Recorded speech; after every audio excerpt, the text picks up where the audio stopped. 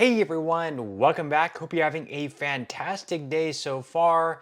So next week, mark your calendars because the next increase for all beneficiaries of Social Security will be announced. So we will be covering that. Before we go ahead and dive into it for today, if you would like to receive up to $200 in free stock or $200 in free cash, in a pinned comment below, I will be leaving a link to Robinhood. All you have to do is once you click on that link is just sign up for a free account and then simply link your bank account. You do not even have to make an opening deposit. At that point in time, Robinhood will be sending you one free stock worth all the way up to $200.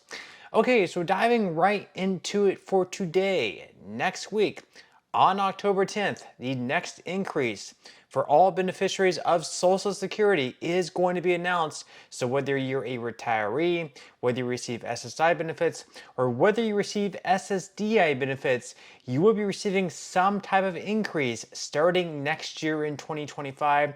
And that increase percentage-wise is going to be announced next week on October 10th. That's because the latest inflation numbers are going to be released on that date, and we'll be able to compare the 3-month third quarter data of this year to the 3-month third quarter data of last year, and whatever that has increased by is what the cost of living adjustment is going to be. Now, of course, there are going to be some other numbers you will also have to factor in as well. And at some point, either in November or December, the Social Security Administration is going to be sending you a letter out in the mail, and also should be uploaded to the portal online if you also have a login detail there as well, which will kind of detail all that, what's going to be factored in, and what you should expect for your payment to be next year in 2025. So, of course, things like the Medicare Part B premium and other factors like that are also going to be deducted from your check. And then, of course, you'll have to add in whatever the cost of living adjustment ends up being. Right now, it is expected to be right around 2.5%. Now, we're going to go ahead and dive into this article here by the Motley Fool, which is going to give us a lot of details on what you can expect for the next cost of living adjustment. So let's go ahead and dive right into this article here. And this article is titled, "All Social Security Retirees Should Do This on October 10th. So they say that are Social Security benefits an important piece of your retirement income? If so, you might want to keep your eyes and ears open on Thursday, October 10th. That's when the cost of living adjustment for the coming year's monthly payments will be announced. These increases are intended to maintain retirees' buying power by keeping pace with inflation. They say that if you're a retiree who's feeling a bit cash-strapped these days, you're not alone. Although the Social Security Administration upped its average payout by 3.2% in January of this year, roughly $58 per month, prices have continued to rise in the meantime. The Bureau of Labor Statistics reports that consumers' costs have grown on the order of 2% since the end of 2023, and for elderly individuals who may spend more than younger people do on services like healthcare, costs are up closer to 3%. And I say that fortunately, this inflation is more or less in line with the expected cost of living adjustment or COLA increase. While the Social Security Administration does not provide any official forecast, the Senior Citizens League's most recent prediction suggests that COLA for 2025 Social Security payments will be a respectable 2.5%. That expected increase is down slightly from projections made earlier in the year, although inflation has cooled a bit in the meantime. Now, of course, a couple of years ago, we did receive that massive COLA of 8.7%, and then it came down to the mid-5s, and now we're looking at right around 2.5%. And the Federal Reserve typically looks for an inflation rate of right around 2%, so we are getting a little bit closer down to where we would normally want our inflation to be in a healthy economy.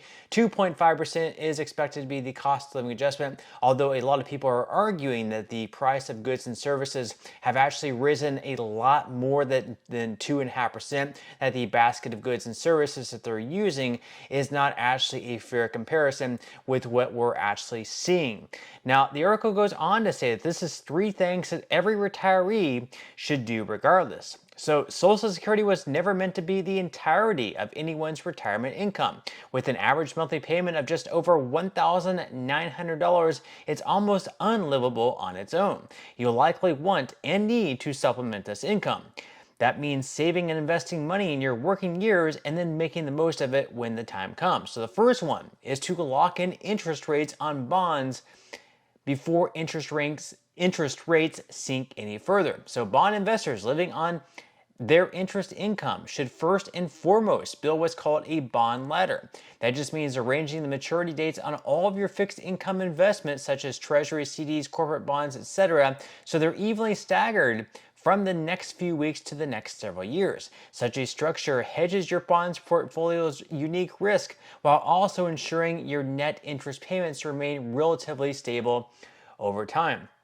So the Fed has basically talked about lowering interest rates. I believe the last time they did that, not that long ago, was by 50 basis points, and they're looking at lowering it another 100 basis points or so by over the next maybe 6 months to a year. And while they do that, then of course the interest rates you're going to be receiving on things like bonds, CDs, of course, interest rates and things like that are also going to be lowering as well. So if you lock them in now at higher rates, that's going to give you a better return in the long term. Whereas if you wait, let's say like another 4, 6, 8 months, then at that point you could be getting much lower interest rates.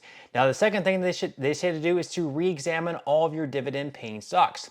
So it's easy to conclude the stock market's higher-yielding stocks are the best choice for income-minded investors. That's not necessarily the case, though. It's not uncommon for higher-yielding dividend stocks to log anemic increases in their payouts, presuming they offer any actual dividend growth at all. For instance, while Kraft Heinz boasts a healthy forward-looking dividend yield of 4.5%, the consumer staples company hasn't raised its quarterly per share payment of 40 cents since the beginning of 2020. Patient shareholders are actually losing buying power.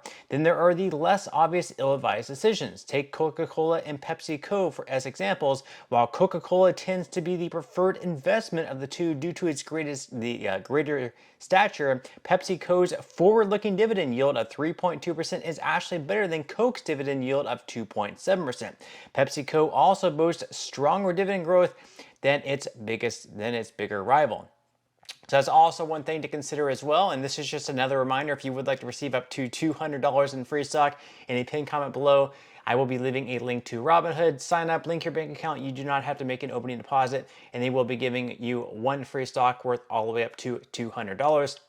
And the third one they list here is to compare your spending to your portfolio's income generating potential. So last but not least, you want to figure out how much money you'll actually be spending next year and then determine if your current portfolio is even capable of generating that amount without compromising its ability to do the same in the future. So basically, you'll just have to budget here, look at the things that you're spending on, look at the money that's coming in, whether it's your Social Security income, whether you still have a part-time job, whether you're receiving dividend income, whether you're able to withdraw some of the money from like your Roth IRA or any other type of retirement account that you might have, whether it's a 401k or anything like that. And then also you have to consider some of those expenses that are going to rise just because of inflation. Grocery prices are going to continue to rise year after year. Things like your homeowner's insurance is also going to rise.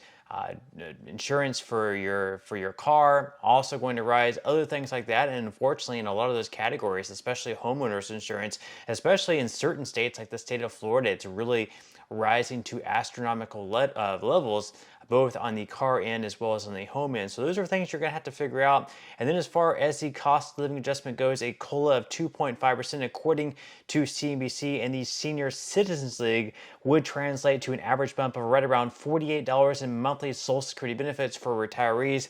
For everyone else, whether you receive SSI benefits or SSDI benefits, you'll have to figure that by looking at your current benefit and then multiplying that by 2.5%. And then once again, you'll have other things to figure in as well that will be deducted from your check, such as the Medicare Part B premium. But that's all we have for today's video. I certainly hope you enjoyed and found value out of it. If you did, again, I would greatly appreciate if you could give this video a like, consider subscribing to my channel if you have not already, and I will see you in the next video.